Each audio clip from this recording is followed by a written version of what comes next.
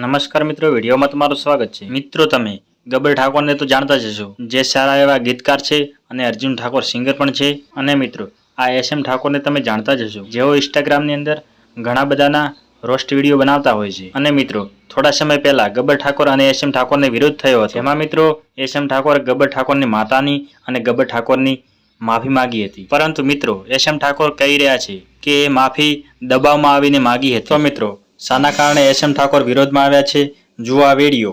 તો જય માતાજી મિત્રો, હું એસએમ ઠાકોર અને આમ તો તમે બધા મારા રોસ્ટ વિડીયો બહુ જોતા હશો, પણ આ વિડીયો રોસ્ટ નથી, તમે છેલ્લે સુધી જોજો। કારણ કે મેં 6-7 મહિના પહેલા ગબ્બર ઠાકોરની માતાની બે હાથ જોડીને માફી માગી હતી। એ ચમ માગી હતી એ તમને જણાવું તો મિત્રો, પહેલી વાત તો મેં એ માફી માગી હતી, એમાં કોઈ મને માતા નથી પોગી કે ગબ્બર ઠાકોરના ઘરે એવી કોઈ માતા બેઠી નહીં કે મને પોકે અને પેલું નુકસાન કરે, બરોબર। પણ એ માફી મને જબરજસ્તી મંગાવી હતી, હરપારની પકડીને, બરોબર। તો મિત્રો, એનું પ્રૂફ પણ તમને બતાવી દઉં।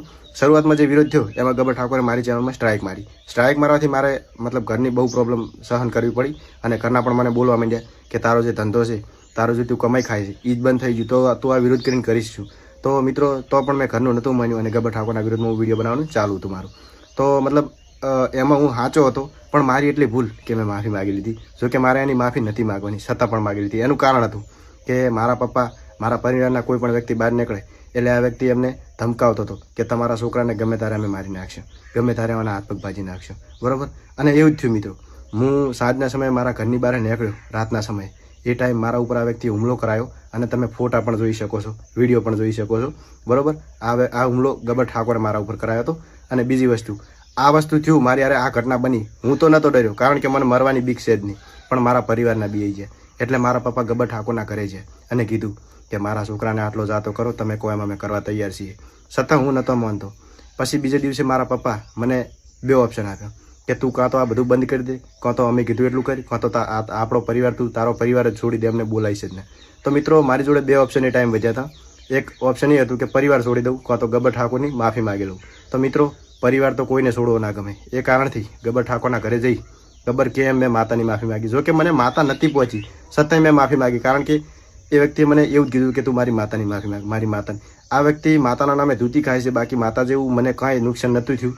અને મિત્રો, મારી એવડી મોટી ભૂલ કે મેં માફી માગી, બાકી હું એ ટાઈમે સાચો જ હતો। અને આ વાત જણાવવાનું કારણ, આ વાત હું તમને એટલા માટે અત્યારે જણાવું છું, 6-7 મહિનાથી નથી જણાવી, પણ આ જણાવવાનું કારણ કે આ વ્યક્તિ તોય જપ્યો નહીં। મેં બે હાથ જોડીને એની માતાની માફી માગી લીધી ને, છતાંય મારી યુટ્યુબ ચેનલ એસએમ ઠાકોર બ્લોગમાં એણે સ્ટ્રાઇક મારી અને એમ કીધું કે તારી ચેનલ ગમે ત્યારે બંધ થઈ જાય, ડિલીટ થઈ જાય, બરાબર।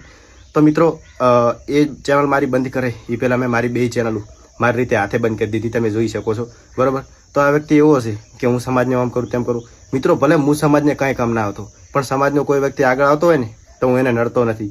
જો કે હું રોસ્ટ વિડીયો બનાવું છું, પણ મારી મરજીથી એમને પૂછીને, બરાબર।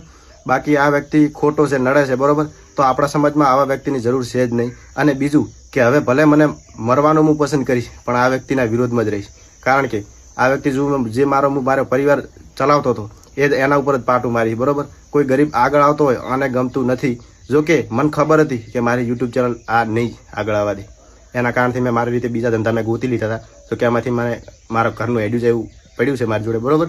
તો મિત્રો, આ વ્યક્તિ એકદમ ખોટો હતો અને અત્યારે પણ ખોટો જ છે। મારી ઉપર ઘણા બધા એણે હુમલા કરાયા અને મને ઘણી બધી ધમકીઓ લાગી, એ કારણથી મારે એની માફી માગવી પડતી। બાકી મિત્રો, બીજી વસ્તુ કે આજથી આપણે ગબ્બર ઠાકોરના પાકા વિરોધી, આપણા સમાજમાં આ વ્યક્તિની જરૂર જ નહીં। મિત્રો, તમને બે હાથ જોડીને એટલી વિનંતી કરું છું કે આ વ્યક્તિને આપણે કોઈ સપોર્ટ કરવાની જરૂર નહીં, કારણ કે આ વ્યક્તિને ગમતું જ નથી।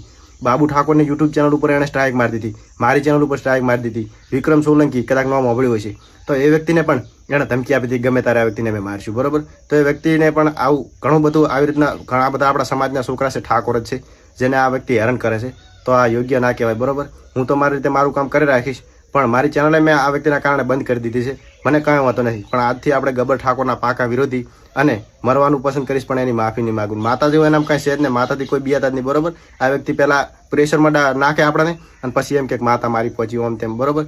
તો મિત્રો, એટલી મારી વિનંતી છે કે કોઈ આ વ્યક્તિ આને સપોર્ટ કરતા નહીં। કાલથી આપણે ગબ્બર ઠાકોરના પાકા વિરોધી, બરોબર। ગબ્બર ઠાકોર ઉપર ના આવે એવા વિડીયો આવશે કાલથી, બરોબર। એને જે ફોડવું એ ફોડી નાખે, બરોબર। બાકી એસએમ ઠાકોર આજ પછી કોઈની આગળ નમતી નહીં નાખે, બરોબર। જય માતાજી।